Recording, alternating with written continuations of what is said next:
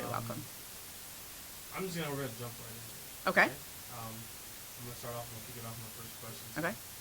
what made you want to become a judge? I started out my career as a public defender, and I was definitely very much drawn not just to public service, but also to being a lawyer in a courtroom. I loved trial work, and I knew probably even in college that I wanted to be a lawyer and that I wanted to be in the courtroom. And again, I mean, public service was definitely part of what I wanted to do as well. So becoming a judge was a pretty normal, I guess, extension of what I did for 15 years, because I was in front of a judge every day of my practice as a lawyer. I was in the courtroom constantly. So I had an opportunity where I knew a lot of the right people. There was a vacancy on the bench, and I applied for it, and I was appointed by the governor. So You have a lot of history in this building. I have a lot of history in this building. I've been in this building on and off since 1990. I started in 94 at the Public Defender's Office, and I was in this building pretty regularly from 95 on. Okay. Well, taking all that into retrospect and everything that you've done, what do you think is your biggest takeaway working in the judicial system? One of the things that I enjoy about the job is coming to work and working with so many people that I genuinely like. I mean, it's you have to be a people person to like this job, but if you are a people person, this is a job where you're really going to enjoy yourself because there's so many different people that you're interacting with all day, every day. As far as a takeaway goes, is that whether you're a judge or a lawyer or a probation officer or a corrections officer or a clerk or the people that clean the building and maintain the building, I think all of us work here and all of us have an important job and all of us work together to serve the public. And I think that on some level we all really feel that way. We all really feel like we're connected to each other and we're trying to keep this building running and justice being served.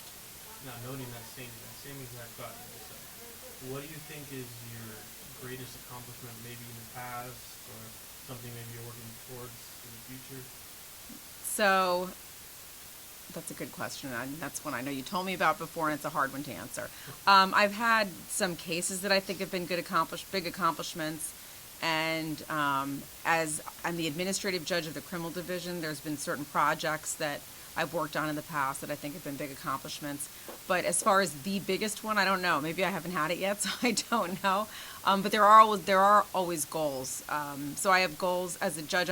Every case I want to handle as best I can and do a good job. But as far as sort of improving the system overall, there are things that I'm working on and want to work on. One of them is bail reform. Other things are like, working on improving the services we have for people with mental health issues or drug addiction.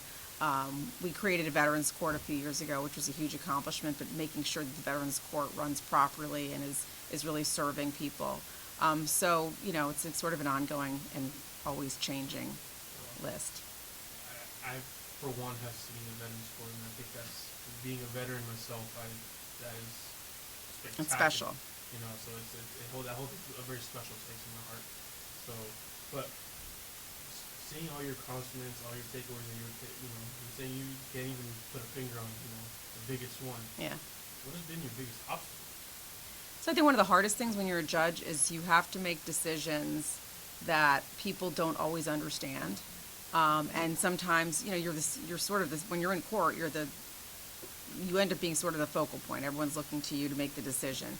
And as much as you try, there are certain decisions you're going to make that people aren't going to understand, especially if they're on the side of, of the losing side, I guess I'll say. So I think your job as a judge, the sort of the daily obstacle is to make sure that I explain things well, so that even if somebody's losing, that they fully understand what the process was and they feel like they have had at least an opportunity to be heard and heard fairly. That's my sort of daily obstacle and daily goal.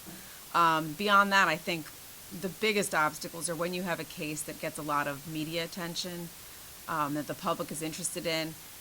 Sometimes the right decision is something that the public doesn't fully understand, and the media doesn't always report it accurately or report it fully, and it's tough sometimes to make those decisions knowing that you're going to get a lot of scrutiny. But I think that's part of what we have to do as judges. You have to make the right decision, and you have to do the right thing, even if it's not popular. Of course, media nowadays, they can have a bad rap sheet, and they can sometimes make certain things worse. Yes. Without even noticing. Yes.